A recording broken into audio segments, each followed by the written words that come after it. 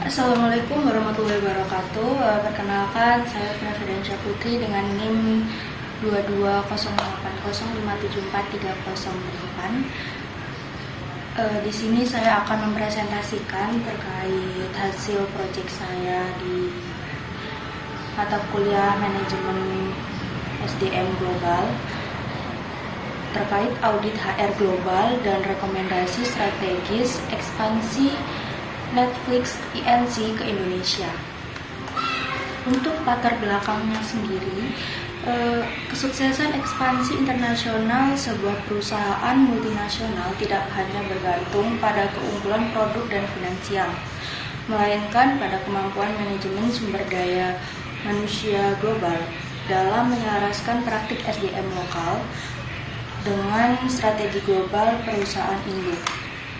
Tantangan ini terlihat nyata pada studi kasus Netflix INC, di mana budaya organisasi mereka yang berbasis nilai barat harus mampu beradaptasi dengan regulasi tenaga kerja di Indonesia yang protektif, serta budaya masyarakatnya yang komunal atau sering menghormati kebersamaan.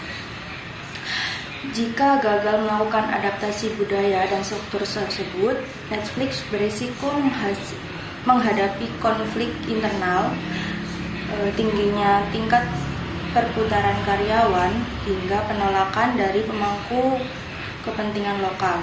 Oleh karena itu, penerapan MSDM global yang tepat dan adaptif menjadi kunci mutlak bagi keberlanjutan bisnis Netflix INC ke Indonesia.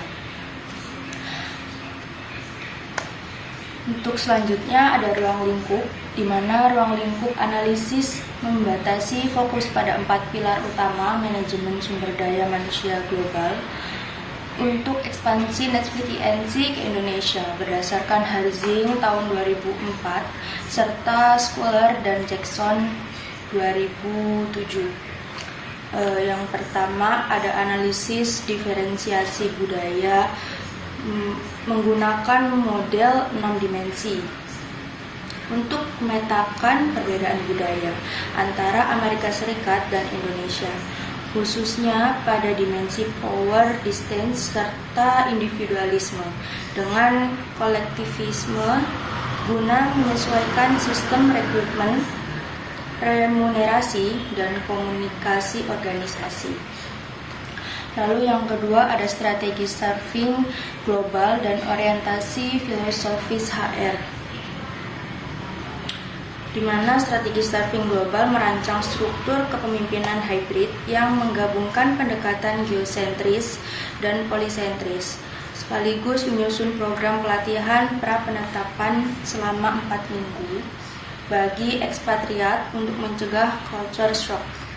Lalu yang ketiga ada manajemen kinerja lintas negara.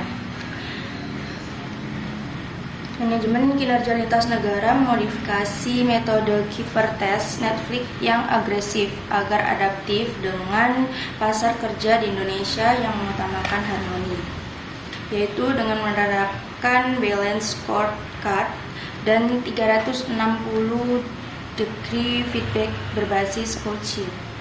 Lalu yang keempat ada implementasi IPTEX dan teknologi HR global,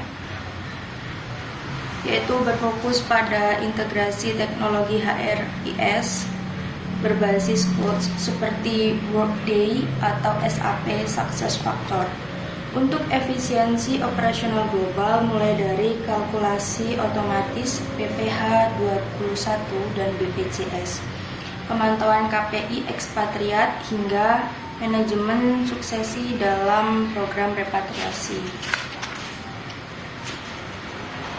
Slide selanjutnya ada diagnosis awal, menunjukkan adanya celah budaya dan praktek HR yang signifikan dalam ekspansi Netflix INC ke Indonesia. Sebagai raksasa teknologi asal Amerika Serikat, atau mungkin bisa disebut sebagai perusahaan terbesar di Amerika Serikat, Netflix membawa budaya radikal, yaitu bebas dan juga responsibel, dengan gaji di atas pasar serta sistem pemecatan agresif via Kiefer Test. Namun, berdasarkan teori Hofstede Karakteristik ini bertolak belakang dengan kondisi di Indonesia. Amerika Serikat memiliki power density rendah dengan skor 40 dan individualisme tinggi dengan skor 91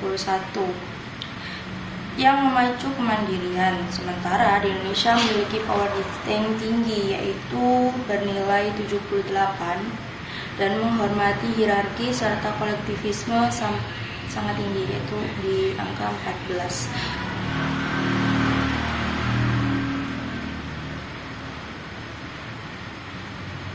Yang mengutamakan harmoni kelompok. Perbedaan ini berdampak langsung pada 3 praktik HR utama yang harus disesuaikan, yaitu sistem rekrutmen dari penekanan kompetensi individu di Amerika Serikat menjadi fokus kecocokan tim dan relasi di Indonesia. Sistem kompensasi dari tunjangan tunai tunggal dan opsi saham menjadi kewajiban penyediaan THR serta BPJS, dan pola komunikasi organisasi dari budaya radikal candor atau kritik secara langsung di Amerika Serikat menjadi komunikasi tidak langsung untuk menjaga perasaan atau saving face di Indonesia. Kemudian slide selanjutnya ada rancangan keputusan strategi. Untuk ekspansi Netflix ke Indonesia berfokus pada adaptasi struktural di 3 area operasional utama, yaitu yang pertama ada strategi starving global. Netflix direkomendasikan menerapkan pendekatan hybrid atau pendekatan geosentris digunakan pada posisi teknis inti melalui talenta global terbaik atau PCNS. Sedangkan pendekatan polisentris diterapkan pada posisi sensitif seperti government relation, legal compliance, dan head of HR dengan mempekerjakan talenta lokal demi responsivitas regulasi. Lalu yang kedua ada program pelatihan pra penempatan guna meminimalis resiko culture shock pada ekspatriat. Disusun program pelatihan pra penempatan selama 4 minggu berbasis balance learning yang mencakup materi kesadaran budaya, regulasi Undang-Undang Ketenagakerjaan Republik Indonesia, serta bahasa praktis dengan efektivitas yang diukur melalui evaluasi kecerdasan kultural. Lalu yang ketiga ada sistem penilaian kinerja lintas negara. Dimodifikasi total karena metode Kipper Test asli Amerika Serikat yang agresif bertentangan dengan prinsip stabilitas kerja dan hukum ketenagakerjaan di Indonesia. Sebagai gantinya, evaluasi diubah menggunakan kombinasi balance scorecard dan 360 degree feedback, di mana sesi umpan balik konfrontatif diganti dengan dialog one-to-one tertutup berbasis coach dan mentoring guna menyampaikan kritik secara lembut tanpa merusak harga diri karyawan atau saving face di Indonesia tadi. Lalu next ada implementasi iptek, di mana implementasi iptek dalam ekspansi Netflix ke Indonesia berfokus pada pemanfaatan alat digital strategis untuk menjamin efisiensi dan kontrol global. Yang pertama ada alat digital yang digunakan, yaitu menggunakan Enterprise Cloud Basis atau HRIS seperti Workday atau SAP SuccessFactors yang dilengkapi Location Engine untuk otomatisasi kepatuhan hukum lokal di Indonesia seperti kalkulasi PPh 21, iuran BPJS, dan distribusi THR. Selain itu digunakan pula cross-cultural digital learning platform seperti Aperian Global dan LinkedIn Learning untuk melatih kecerdasan kultural bagi ekspatriat dan karyawan lokal. Lalu yang kedua ada justifikasi penggunaan teknologi HR global. memiliki 3 justifikasi strategi yang kuat sebagai mekanisme kontrol dan koordinasi lintas negara yang transparan tanpa kendala zona waktu. Menurut Hazing 2004, sebagai alat pemantauan objektif terhadap KPI ekspatriat terkait transfer pengetahuan, serta sebagai instrumen manajemen sukses dan program repatriat otomatis guna mencegah repatriation shock dan menjaga retensi talenta terbaik pasca penugasan.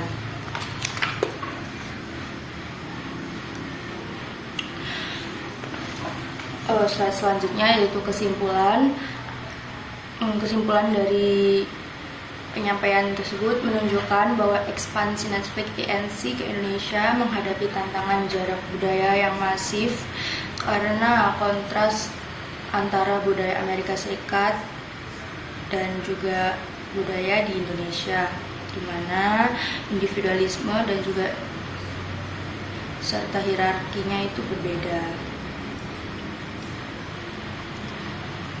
Untuk menjembatani perbedaan tersebut, Netflix merekomendasikan mengimplementasikan strategi yaitu yang sudah kami sebutkan tadi, strategi staffing hybrid, lokalisasi manajemen kinerja, dan juga penyelarasan kompensasi. Pentingnya teknologi HR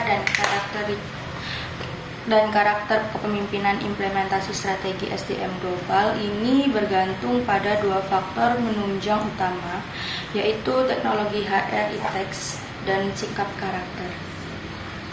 Baik, berikut ini adalah lampiran tabel perbandingan budaya di mana jarak kekuasaan, individualisme dan kolektif serta penghindaran resiko, skor rendah dan tingginya dari Amerika Serikat negara asal ke Indonesia yaitu negara tujuan. Kemudian lampiran kedua ada contoh modul pelatihan pra penempatan di mana nama programnya adalah Cross Cultural Competence and Operational Readiness for Indonesia Assessment, di mana target pesertanya adalah ekspatriat Netflix INC yang akan ditugaskan ke Indonesia. Total durasi ada 4 minggu. Berikut sudah tertera dari minggu pertama hingga minggu keempat, dan juga ada topik utama, metode dan platform, serta tabel detail materi dan kompetensi yang harus dicapai. Lampiran yang ketiga yaitu terdapat template KPI lintas negara di mana sudah terbagi menjadi kolom dimensi sasaran, indikator kinerja utama, bobot, target tahunan, dan juga metode dan alat evaluasi. Ya, terima kasih. Wassalamualaikum warahmatullahi wabarakatuh.